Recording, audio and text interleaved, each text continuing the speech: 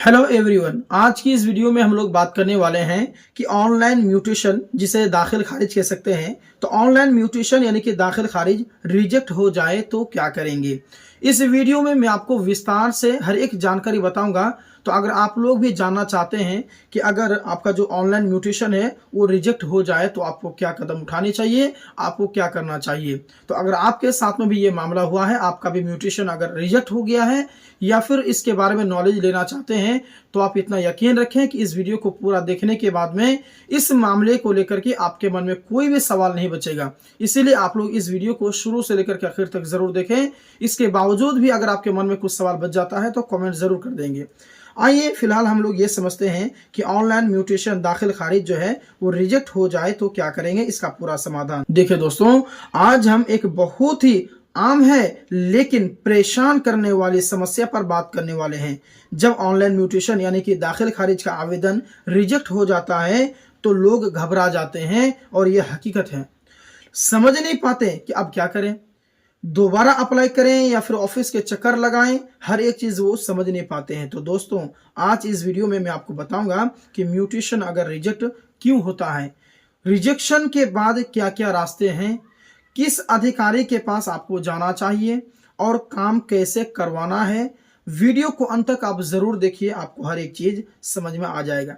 सबसे पहले जो मैं आपको भी बताने वाला हूं कि ऑनलाइन म्यूटेशन रिजेक्ट क्यों होता है, इसके पीछे का कारण क्या है। देखिए, सबसे पहले यह समझना जरूरी है कि म्यूटेशन रिजेक्ट होना मतलब आप गलत नहीं है, है ना। ऐसा नहीं कि आप गलत हैं इसीलिए रिजेक्ट हुआ। कई बार छोटी छोटी वजहों से ऐसा होता है। आम कारण है जो कि मैं आपको बताने वाला हूं, उसे नोट डाउन कीजिए। देखिए, रजिस्ट्री और खतियान में नाम मेल नहीं खाना। कभी कभी ऐसा होता है कि रजिस्ट्री में नाम कुछ है, खतियान में कुछ है, तो वो मैचिंग नहीं होते हैं, जिसकी वजह से रिजेक्शन होते हैं। दस्तावेज अधूरे या फिर गलत अपलोड होना, इसकी वजह से भी रिजेक्शन होता है। जमीन पहले से विवादित होना, अगर वो जमीन पहले से विवादित है तो भी इसका रिजेक्शन का कारण बनता है।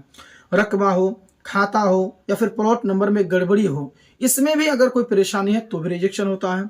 वारिसों का नाम नहीं जोड़ा जाना, इसमें भी प्रॉब्लम होता है। या फिर सीओ या कर्मचारी द्वारा जानबूझकर आपत्ति लगाना, वो जानबूझकर के ये आपत्ति लगाते हैं तभी ऐसा होता है।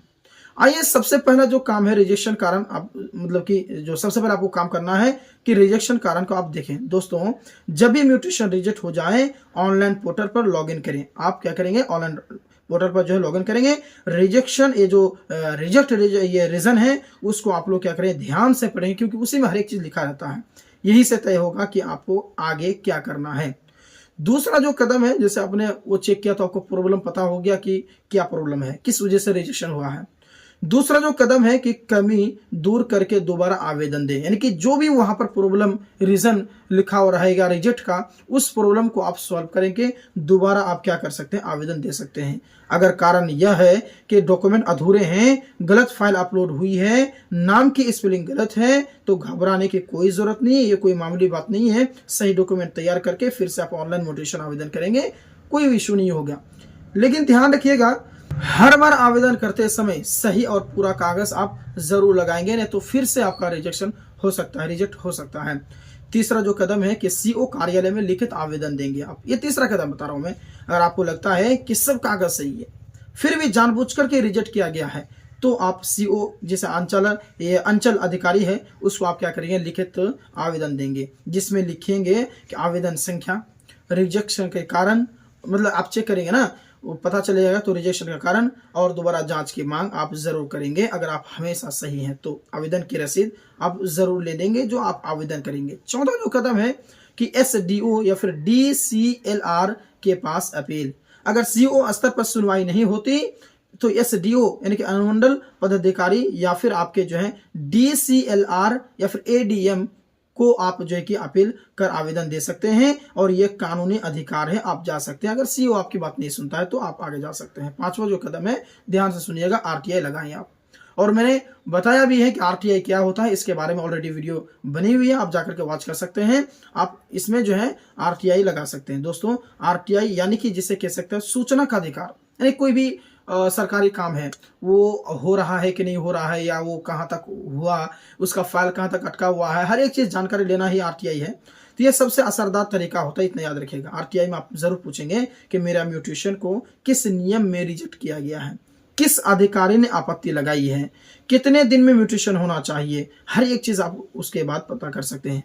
आरटीआई लगाने के बाद फाइल तेजी से चलती है, इतना ध्यान रखिएगा। और जो छठा जो कदम है कि लोक शिकायत पोर्टल, यानी कि अगर फिर भी काम नहीं हो रहा है तो लोक शिकायत यानी कि CPGRAMS पोर्टल पर ऑनलाइन शिकायत करें। यह शिकायत ऊपर तक जाती है और तय समय में जवाब देना पड़ता है। आखिरी रास्ता जो कि मैं आपको बताना चाहता हूं कि कोर्ट का सहारा, लेकिन ये आप मेरे हिसाब से नहीं लेंगे, लेकिन मैं आखिरी रास्ता इसलिए बता रहा हूं क्योंकि अगर कुछ भी हल नहीं हो रहा है, बहुत प्रॉब्लम है और शुरू से लेकर के आखिर तक हर एक जो है कि आप आजमा चुके हैं लेकिन नहीं हुआ, तब आप जा सकते हैं। अगर मामला बहुत पुराना या फिर आपका गंभीर हो तो वकील के माध्यम से ही आप कानूनी नोटिस यानी हाई कोर्ट में रिट पिटीशन, कई मामलों में जो है कि कोर्ट जो है कोर्ट से म्यूटेशन कराना का आदेश भी मिल जाता है, इसलिए आप वहां से भी करा सकते हैं। इसमें आपको कुछ सावधानी बरतनी पड़ेगी, जो कि मैं आपको बताना चाहूंगा कि दलाल के चक्कर में आप बिल्कुल भी नहीं पड़िएगा। रिश्वत बिल्कुल नहीं देना है। बिना लिखित ये जो प्रमाण के बात आप बिल्कुल भी नहीं करेंगे, है ना। ऐसा नहीं कि बिना प्रूफ के, बिना सबूत के आप बात कर रहे हैं, ये गलत है। हर बात लिखित में रखेंगे, आवेदन और रसीद संभाल करके रखेंगे। तो इन सारी बातों से ये निष्कर्ष निकलता है दोस्तों कि ऑनलाइन म्यूटेशन रिजेक्ट होना अंत नहीं है, इतना ध्यान रखिएगा। अगर आप सही हैं तो कानून आपके साथ है, बस सही तरीका अपनाइए और अधिकारियों की जानकारी रखिए।